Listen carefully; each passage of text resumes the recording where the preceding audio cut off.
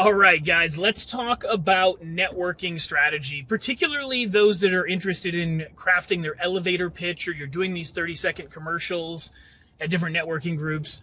It's all great, but here's what I see a lot of people do that can work against you, particularly when you're getting into a new networking group, is you come in and you do a pitch.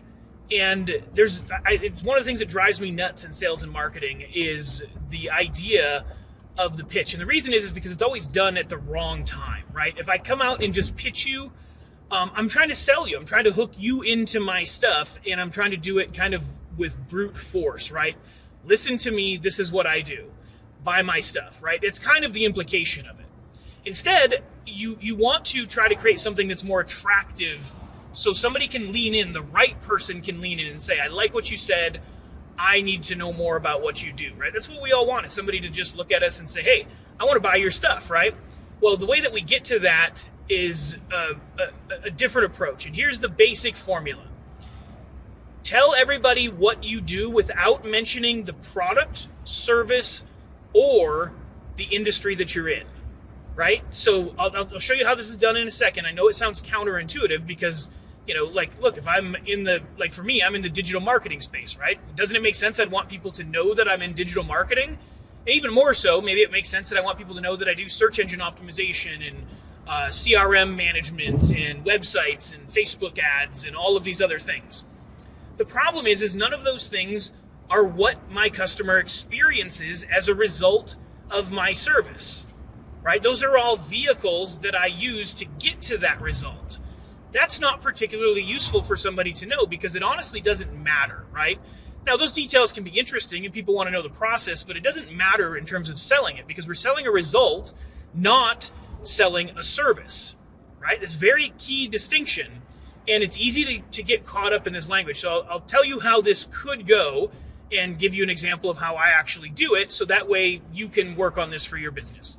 So what could happen is I go to a networking group, I meet somebody, they talk about themselves for a minute, and then they ask me about my thing, and I say, yeah, I'm in digital marketing. I help customers, with websites and CRM, SEO, all that kind of stuff. As soon as I say any of those words that you have any familiarity with, right, terms like SEO or ads or even CRM for that matter, right, you're going to immediately compare me to everything you know about those topics. Now, do it this way instead, and you'll see what changes. Right? So back up the same scenario. They talk about themselves. They ask me, and I say, well, I help small business owners leverage websites like Facebook and Google to increase leads, maximize sales, and ultimately impact bottom line revenue. What are they going to do next? They don't have any frame of reference for what that specifically means, which means they're curious because I talk to the thing that is the result I actually provide, and it's actually the thing that my customers care about. Leads, sales, bottom line revenue. Right? That's what my service is designed to accomplish for people. So that's what I talk about instead of the mechanisms that I use.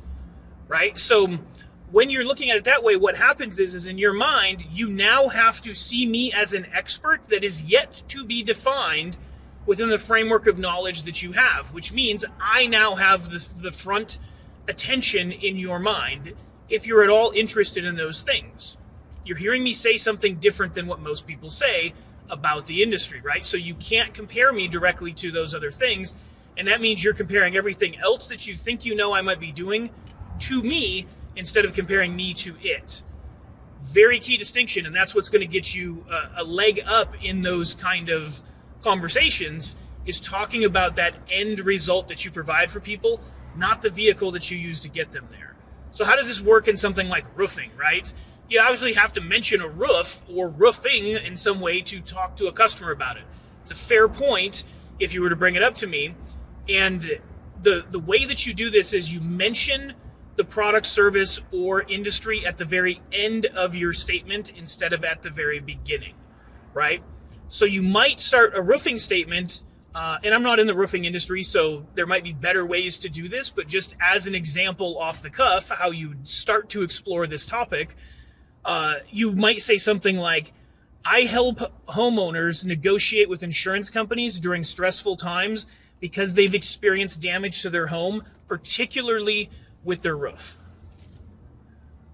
right? And now what you've done in this case, I'm not saying it's the perfect pitch for a roofer, but what you've done, I just want you to get the mechanism and the thinking around this. What you've done is you have positioned value that is different than most of the industry positions before somebody can categorize you as a roofer.